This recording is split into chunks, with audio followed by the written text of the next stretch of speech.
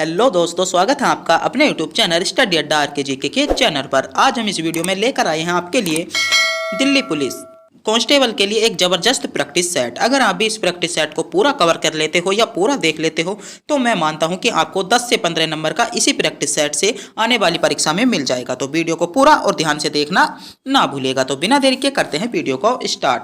आपका क्वेश्चन है, संविधान की धारणा की उत्पत्ति सबसे पहले कहाँ हुई थी? किस देश में संविधान की जो धारणा की उत्पत्ति हुई थी सबसे पहले कहाँ हुई थी? तो कहाँ पर हुई थी? आपका जो सही जवाब हो जाता है ऑप्शन सी आपका सही जवाब हो जाता है यूएसए में। जो संविधान की धारणा की उत्पत्ति हुई थी सबसे पहले कहां पर हुई थी? तो यूएसए में हुई थी। कहां पर हुई थी? यूएसए में हुई थी। तो ऑप्शन सी आपका सही जवाब हो जाता है। आपका अगला क्वेश्चन है, 1857 में इनमें से कहां विद्रोही की बंदूक से चलने वाली गोली चलाई गई थी? जो विद्रोही से चलने वाली बंदूक की गोली चलाई गई थी 1857 में, वह कहां पर चलाई गई थी? तो कहां पर चलाई गई थी?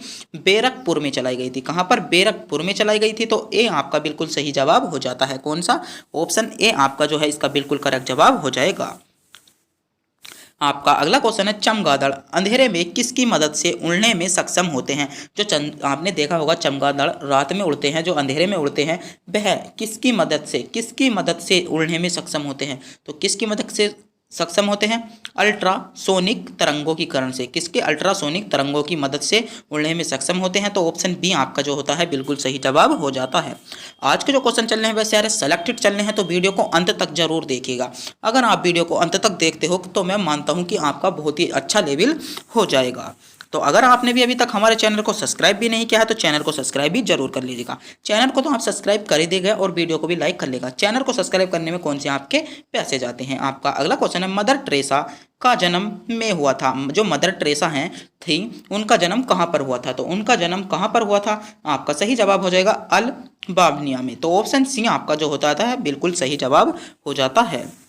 आपका अगला क्वेश्चन है, सौरमंडल में सबसे बड़ा ग्रह कौन सा है? सौरमंडल में सबसे बड़ा ग्रह कौन सा है? तो जल्दी से जल्दी कमेंट बॉक्स में बताइएगा कि सौरमंडल में सबसे बड़ा ग्रह कौन सा है। बताइएगा कि सौरमंडल में सबसे बड़ा ग्रह कौन सा है। एक बार मैं क्वेश्चन रिपीट कर रहा हूँ कि सौरमंडल में सबसे बड़ा ग्रह कौन सा है? तो कौन सा है? बृहस्पति ग्रह सौरमंडल में सबसे बड़ा ग्रह है। तो ऑप्शन ए जो है आपका बिल्कुल सही जवाब हो जाएगा। क्या? ऑप्शन ए आपका सही जवाब हो जाएगा। आपका अगला क्वेश्चन है, चार मीनार आप कहाँ देख सकते हैं? जो चार मीनार हैं आप कहाँ देख सकते हैं? आपसे सीधा क्वेश्चन में पूछा गया है कि चार मीनार कहाँ पर स्थित हैं। तो चार मीनार कहाँ पर स्थित है? आपका सही जवाब हो जाता है हैदराबाद में। कहाँ पर स्थित है? हैदराबाद में। ऑप्शन बी आपका सही जवाब हो जाएगा। वीडियो के अंत में आप यह भी बताना ना कि भूले कि आप इनमें से कितने क्वेश्चनों का जवाब जानते थे।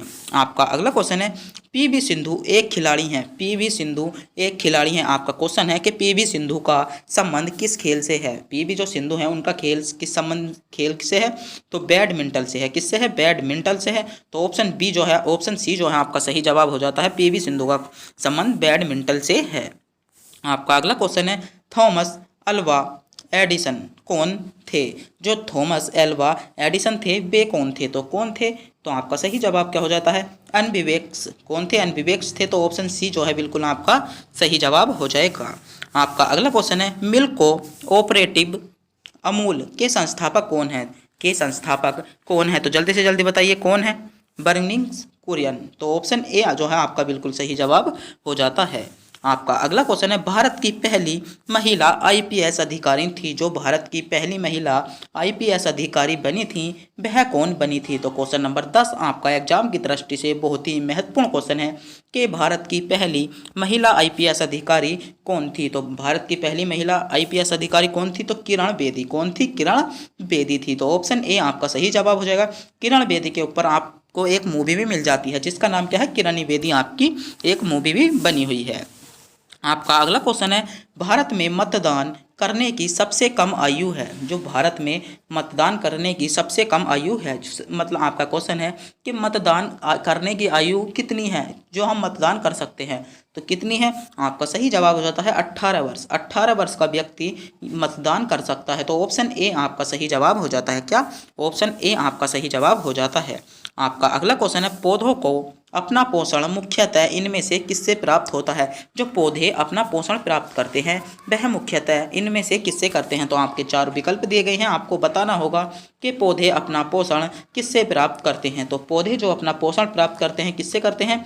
मिट्टी से अपना पोषण प्राप्त करते हैं। तो ऑप्शन डी जो आपका करेक्ट जवाब हो जाएगा, पौधे अपना पोषण मिट्टी से प्राप्त करते हैं। आपका अगला क्वेश्चन है, ब्राजील में विश्रण कॉफी बागान को कहा जाता है? जो ब्राजील में कॉफी है उसके बागान को क्या कहा जाता है? तो उसके बागान को क्या कहा जाता है? फ्रेजेंडस। ऑप्शन ए आपका बिल्कुल सही जवाब हो जाएगा। आपका अगला क्वेश्चन है, निम्नलिखित में से कौन एक हिल स्टेशन नहीं है? आपको बताना है कि ऐसा कौन सा स्टेशन है आपके विकल्पों में जो एक हिल स्टेशन नहीं है। तो कौन सा एक हिल स्टेशन नहीं है? तो आपका सही जवाब क्या हो जाता है? पुरी एक हिल स्टेशन नहीं है। ऑप्शन बी आपका सही जवाब हो जाएगा। क्या? पुरी एक हिल स्टेशन नहीं है। आपका अगला क्वेश्चन है, अजंता की गुफाएं किस काल में बनवाई गई थी? जो अजंता की गुफाएं थी वह किस काल में बनवाई गई थी? तो क्वेश्चन नंबर 15 आपका एग्जाम की दृष्टि से बोर्ड महत्वपूर्ण क्वेश्चन है और बार बार पूछे जाने वाला क्वेश्चन है कि अजंता की गुफाएं किस काल में बनाई गई थी? तो अजंता की गुफाएं किस काल में बनाई गई थी? गुप्त काल में बनाई थी। कब बनाई गई थी? गुप्त काल में बनाई गई थी। तो ऑप्शन ए आपका बिल्कुल सही जवाब हो जाएगा। क्या? ऑप्शन ए आपका सही जवाब हो जाता है। आपका अगला क्वेश्चन है, क्यूबा की राजधानी क्या है? तो जल्दी से जल्दी कमेंट बॉक्स में बताइएगा कि क्यूबा की राजधानी क्या है? क्यूबा की राजधानी क्या है? तो क्यूबा की राजधानी क्या है? हवाना। क्या है? हवाना क्यूबा की राजधानी है। तो ऑप्शन सी जो आपका है वह सही जवाब हो जाएगा। क्यूबा की राजधानी क्या है? हवाना है। आपका अगला क्वेश्चन है, जय जवान जय किसान का नारा किसने दिया था? आपके ऑप्शंस दिए गए हैं, ए पंडित जवाहरलाल नेहरू ने, बी इंदिरा गांधी ने, सी लाल बहादुर शास्त्री ने, या राजा जी ने। तो किसने जय जवान जय किसान का नारा दिया गया था? तो क्वेश्चन नंबर 17 आपका बहुत ही महत्वपूर्ण क्वेश्चन है और इस क्वेश्चन का जवाब आपको कमेंट बॉक्स में बताना होगा कि जय जवान जय किसान का नारा किसने दिया था।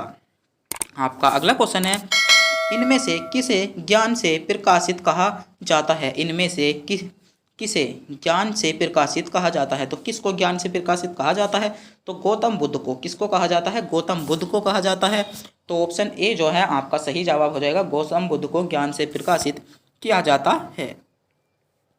आपका अगला क्वेश्चन है, इनमें से किस क्षेत्र में अधिकांश भारतीय नियोजित हैं? इनमें से किस क्षेत्र में अधिकांश भारतीय नियोजित हैं? तो अधिकांश भारतीय किस क्षेत्र में नियोजित है? तो आपका सही जवाब जो हो जाता है, कृषि क्षेत्र में अधिकांश भारतीय नियोजित हैं। तो ऑप्शन ए आपका सही जवाब हो जाएगा। आपका अगला क्वेश्चन है क्वेश्चन नंबर 20, महत्वपूर्ण क्वेश्चन है कि जजिया कर को किस शासक ने पुनः लगवाया था? जो जजिया कर था वह पुनः किस शासक ने लगवाया था? तो जजिया कर पुनः किस शासक ने लगवाया था? औरंगजेब ने लगवाया था।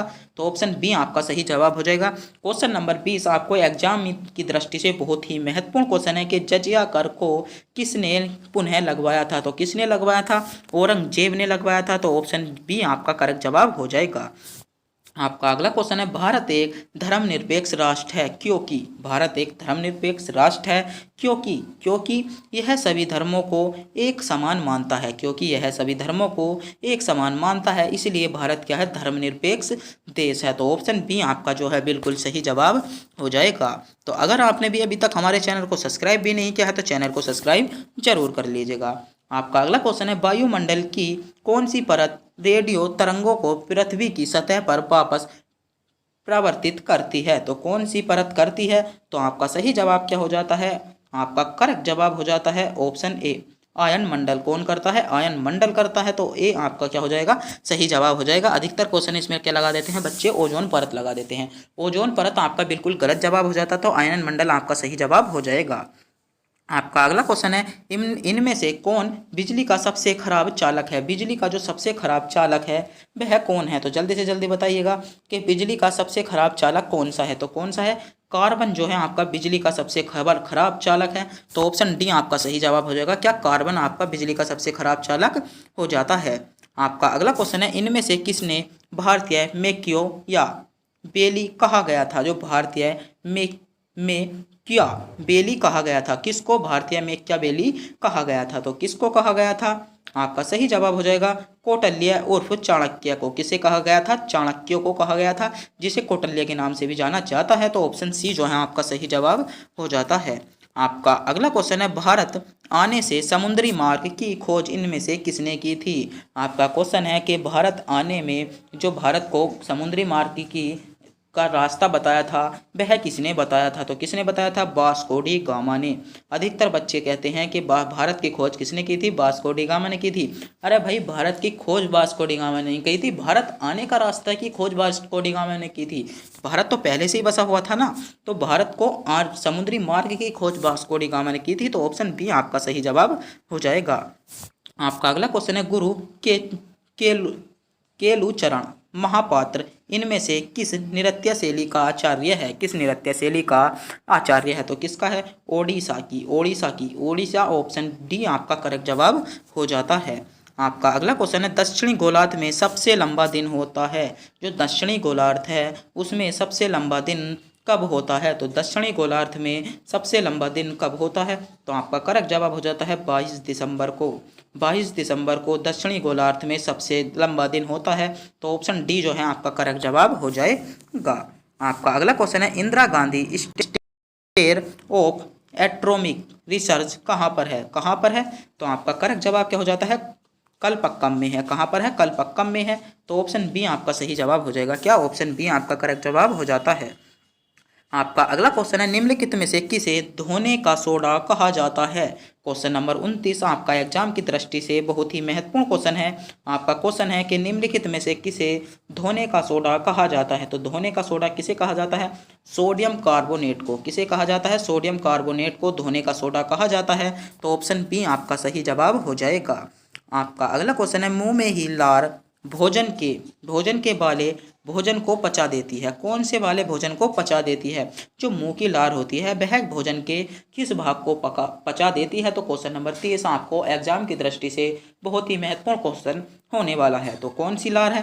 तो आपका सही जवाब क्या हो जाता है, स्टार्च वाले भोजन को जो है मुंह की लार पचा देती है। आपका अगला क्वेश्चन है, निम्नलिखित में से कौन सी गर्म समुद्री जलधारा है। कौन सी गर्म समुद्री जलधारा है। तो कौन सी है, कुरोशियो। कौन सी है, कुरोशियो है। तो ऑप्शन सी आपका बिल्कुल सही जवाब हो जाता है। क्या, ऑप्शन सी आपका करेक्ट जवाब हो जाएगा। आपका अगला क्वेश्चन है, सुएज नहर भूमध्य सागर को जोड़ती है। सुएज नहर जो भूमध्य सागर को किस सागर से जोड़ती है। तो क्वेश्चन नंबर 32 आपका एग्जाम की दृष्टि से बहुत महत्वपूर्ण क्वेश्चन है। आपका क्वेश्चन है कि सुएज नहर भूमध्य सागर से किसको जोड़ती है। तो किसको जोड़ती है। तो आपका करेक्ट जवाब हो जाएगा लाल सागर को जोड़ती है या रेड सी को जोड़ती है। तो सी आपका सही जवाब हो जाएगा। आपका अगला क्वेश्चन है, मानव शरीर की लाल रक्त कोशिकाएं की आयु दिनों में होती है। जो मानव शरीर की रक्त कोशिकाएं होती हैं, जो रक्त कोशिकाएं हैं उनकी लाल रक्त कोशिकाओं का कितनी आयु होती है। तो कितनी होती है, 120 डे होती है। कितनी, 120 डे होती है। तो ऑप्शन ए आपका सही जवाब हो जाएगा। आपका अगला क्वेश्चन है, फरक्का सिंचाई परियोजना किस राज्य में है। तो किस राज्य में है। तो आपका सही जवाब क्या हो जाता है, कहाँ पर स्थित है। तो पश्चिम बंगाल में स्थित है। तो ऑप्शन सी आपका सही जवाब हो जाएगा। कहाँ पर स्थित है, पश्चिम बंगाल में स्थित है। आपका अगला क्वेश्चन है, किस विटामिन की कमी के कारण रिकेट्स की बीमारी होती है। रिकेट्स की बीमारी किस विटामिन के कारण होती है। तो किस विटामिन के कारण होती है। आपका सही जवाब हो जाता है ऑप्शन बी, विटामिन डी की कमी के कारण। विटामिन डी की कमी के कारण रिकेट्स बीमारी होती है।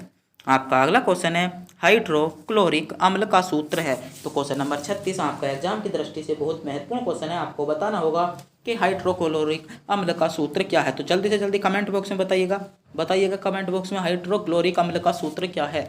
तो क्या है, HCl। ऑप्शन ए आपका सही जवाब हो जाएगा। क्या है, HCl आपका सही जवाब हो जाएगा। आपका अगला क्वेश्चन है, चेचक के टीके का आविष्कार करने वाला कौन थे। जो चेचक का टीका था उसका आविष्कार करने वाले कौन थे। तो एडवर्ड जेनर। ऑप्शन ए आपका सही जवाब हो जाएगा। एडवर्ड जेनर चेचक के टीके का आविष्कार करने वाले थे। तो इस क्वेश्चन को आप स्क्रीनशॉट भी ले सकते हैं, क्योंकि क्वेश्चन नंबर 37 आपका एग्जाम की दृष्टि से बहुत महत्वपूर्ण क्वेश्चन होने वाला है कि चेचक के टीके का आविष्कार किसने किया था, एडवर्ड जेनर ने किया था। आपका अगला क्वेश्चन है, भारतीय राष्ट्रीय कांग्रेस की स्थापना कब हुई थी। भारतीय राष्ट्रीय कांग्रेस की स्थापना कब की गई थी। तो भारतीय राष्ट्रीय कांग्रेस की स्थापना कब की गई थी। तो 1800 कब की गई थी, 1875 में भारतीय राष्ट्रीय कांग्रेस की स्थापना की गई थी। तो ऑप्शन वो सॉरी, आपका करेक्ट जवाब क्या हो जाता है 1885। 1885 में भारतीय राष्ट्रीय कांग्रेस की स्थापना की गई थी। तो ऑप्शन डी आपका करेक्ट जवाब हो जाएगा। थोड़ा सा यह क्वेश्चन मिसकन्फ्यूज हो गया था, तो आपका जो हो जाएगा 1885 आपका सही जवाब हो जाएगा। क्या हो जाएगा 1885 आपका करेक्ट जवाब हो जाएगा। आपका अगला क्वेश्चन है भारत के प्रथम राष्ट्रपति कौन थे। तो आपको यह क्वेश्चन टेस्ट के रूप में दिया गया है, आपको बताना होगा कि भारत के प्रथम राष्ट्रपति कौन थे। आपके ऑप्शन है ए जाकिर हुसैन, बी एस राधाकृष्णन, सी डॉक्टर राजेंद्र प्रसाद या वल्लभ भाई पटेल। तो आपको बताना होगा कि भारत के प्रथम राष्ट्रपति कौन थे। तो भारत के प्रथम राष्ट्रपति कौन थे, तो कमेंट बॉक्स में बताइएगा। आपका अगला क्वेश्चन है निम्नलिखित में से किस स्थान पर विरूपाक्ष मंदिर स्थित है। तो किस स्थान पर विरूपाक्ष मंदिर स्थित है। तो क्वेश्चन नंबर 40 महत्वपूर्ण क्वेश्चन है, कहाँ पर है, हेम्पी पे। कहाँ पर, हेम्पी पे। तो ऑप्शन ए जो है आपका सही जवाब हो जाता है। क्या, ऑप्शन ए आपका करेक्ट जवाब हो जाएगा। आपका अगला क्वेश्चन है संविधान के किस संशोधन के द्वारा मौलिक कर्तव्यों को इनमें शामिल किया गया है। संविधान के किस संशोधन द्वारा मौलिक कर्तव्यों को जोड़ा गया था। तो क्वेश्चन नंबर 41 आपका बहुत ही महत्वपूर्ण क्वेश्चन होने वाला है। इस क्वेश्चन का आप स्क्रीनशॉट ले लेगा, मेरे कहने से इस क्वेश्चन को आप नोट कर लेगा कि संविधान के किस संशोधन में मौलिक कर्तव्यों को जोड़ा गया था। तो किस संशोधन में मौलिक कर्तव्यों को जोड़ा गया था, तो 42वें संविधान संशोधन में मौलिक कर्तव्यों को जोड़ा गया था। तो ऑप्शन बी जो है आपका बिल्कुल करेक्ट जवाब हो जाता है। आपका अगला क्वेश्चन है फूलों की घाटी राष्ट्रीय उद्यान किस राज्य में है। फूलों की घाटी राष्ट्रीय उद्यान किस राज्य में है। आपके ऑप्शन है ए केरल में स्थित है, बी तमिलनाडु में स्थित है, सी उत्तराखंड में स्थित है या हिमाचल प्रदेश में स्थित है। तो फूलों की घाटी राष्ट्रीय उद्यान किस राज्य में स्थित है। तो किस राज्य में स्थित है, उत्तराखंड आपका करेक्ट जवाब हो जाएगा। आपको कमेंट बॉक्स में यह भी बताना होगा कि उत्तराखंड की राजधानी क्या है। उत्तराखंड की राजधानी क्या है, हिमाचल प्रदेश की राजधानी क्या है, तमिलनाडु की राजधानी क्या है और केरल की राजधानी क्या है। इन चारों की राजधानी आपको कमेंट बॉक्स में बतानी होगी। तो फूलों की घाटी राष्ट्रीय उद्यान कहाँ पर है, उत्तराखंड में है। तो आपको इन चारों जो राज्य दिए गए हैं इनकी राजधानी का बताना होगा। आपका अगला क्वेश्चन है महाराष्ट्र में सार्वजनिक गणेश महोत्सव की शुरुआत किसने की थी। जो सार्वजनिक गणेश उत्सव था उसकी शुरुआत महाराष्ट्र में किसने की थी। तो महाराष्ट्र में किसने की थी, तो आपका सही जवाब क्या हो जाएगा, बीजे तिलक ने। किसने, बीजी तिलक ने की थी। तो ऑप्शन सी आपका सही जवाब हो जाएगा। क्या, ऑप्शन सी आपका करेक्ट जवाब हो जाएगा। आपका अगला क्वेश्चन है वर्णांधता से पीड़ित व्यक्तियों को लाल रंग कैसा दिखाई देता है। लाल रंग कैसा दिखाई देता है। जो थोड़े से वर्ण अधंत होते हैं उन व्यक्तियों को लाल रंग कैसा दिखाई देता है। तो उन व्यक्तियों को लाल रंग कैसा दिखाई देता है, हरा दिखाई देता है। तो ऑप्शन सी आपका सही जवाब हो जाएगा। कैसा दिखाई देता है, हरा दिखाई देता है।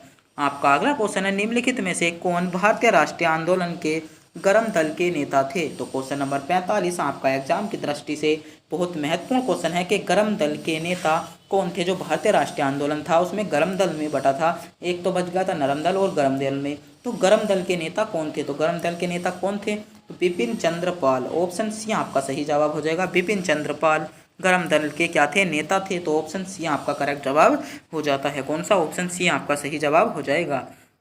आपका अगला क्वेश्चन है निम्नलिखित में से किसे नीला ग्रह कहा जाता है। निम्नलिखित में से किसे नीला ग्रह कहा जाता है। तो क्वेश्चन नंबर 46 आपका महत्वपूर्ण क्वेश्चन है। आपको बताना होगा कि नीला ग्रह किसे कहा जाता है। नीला ग्रह किसे कहा जाता है। तो ऑप्शन डी आपका करेक्ट जवाब हो जाएगा। पृथ्वी को नीला ग्रह कहा जाता है। और आपको इसी के साथ में कमेंट बॉक्स में यह भी बताना होगा कि सबसे बड़ा ग्रह कौन सा है। सबसे बड़ा ग्रह कौन सा है आपको बताना होगा। तो नीला ग्रह किसे कहा जाता है, पृथ्वी को कहा जाता है। आपका अगला क्वेश्चन है उत्तर मध्य रेलवे का मुख्यालय कहाँ पर है। उत्तर मध्य रेलवे का मुख्यालय कहाँ पर है। तो उत्तर मध्य रेलवे का मुख्यालय कहाँ पर है। तो आपका सही जवाब क्या हो जाता है, ऑप्शन ए आपका सही जवाब हो जाता है इलाहाबाद में। इलाहाबाद में उत्तर मध्य रेलवे का मुख्यालय है। और जयपुर आपको बताना होगा जयपुर किसकी राजधानी है। जयपुर किसकी राजधानी है। आपका अगला क्वेश्चन है आयरन लेडी के नाम से भी विख्यात ब्रिटेन की पहली महिला प्रधानमंत्री का नाम बताइए। ब्रिटेन की प्रथम महिला प्रधानमंत्री का नाम बताइए। तो आपका सही जवाब क्या हो जाएगा, Margaret Thatcher. Margaret Thatcher option जो ए है आपका सही जवाब हो जाएगा। क्या, मार्गरेट थैचर जो ऑप्शन ए है आपका वह बिल्कुल सही जवाब हो जाता है। कौन सा, ऑप्शन ए आपका सही जवाब हो जाएगा। आपका अगला क्वेश्चन है काकोरी ट्रेन कटौती से कौन शामिल थे? जो काकोरी ट्रेन डकैती थी, जो काकोरी ट्रेन डकैती थी उससे कौन संबंधित है? तो बताइएगा कौन संबंधित है? राम प्रसाद बिस्मिल। तो ऑप्शन बी आपका सही जवाब हो जाएगा। जो काकोरी ट्रेन जो डकैती थी उससे कौन संबंधित है? तो ऑप्शन बी जो है आपका बिल्कुल सही जवाब हो जाएगा। और आज का आपका अंतिम क्वेश्चन है, आज की वीडियो का आपका अंतिम क्वेश्चन है और महत्वपूर्ण क्वेश्चन है कि निम्नलिखित में से कौन सा ऊर्जा स्रोत पर्यावरण अनुकूल है और इससे प्रदूषण भी नहीं होता, और इससे प्रदूषण भी नहीं होता, प्रदूषण भी नहीं होता तो कौन सा है? तो आपका करेक्ट जवाब क्या हो जाएगा? पवन आपका इसमें सही जवाब हो जाएगा। जो आपका विकल्प ए है वह आपका सही जवाब हो जाता है। तो आज के जो क्वेश्चन थे वे सारे सेलेक्टिव थे। अगर आपने भी वीडियो को पूरा देखा होगा तो मैं मानता हूं कि आपको बहुत ज़्यादा बेनिफिट मिलेगा। ऐसी ही वीडियो देखने के लिए हमारे चैनल को सब्सक्राइब, वीडियो को लाइक और कमेंट बॉक्स में यह भी बताना ना भूलें कि आपको वीडियो कैसी लगी, और आपको जितने भी क्वेश्चनों का जवाब पूछा गया है उनका भी जवाब बताना ना भूलें। और यह भी बताना ना भूलें कि आप इनमें से 50 क्वेश्चनों में से कितने क्वेश्चनों का जवाब जानते थे। तो ऐसी ही वीडियो देखने के लिए तब हमारे चैनल को सब्सक्राइब कर लीजिएगा। तब तक के लिए मिलते हैं अगली वीडियो में।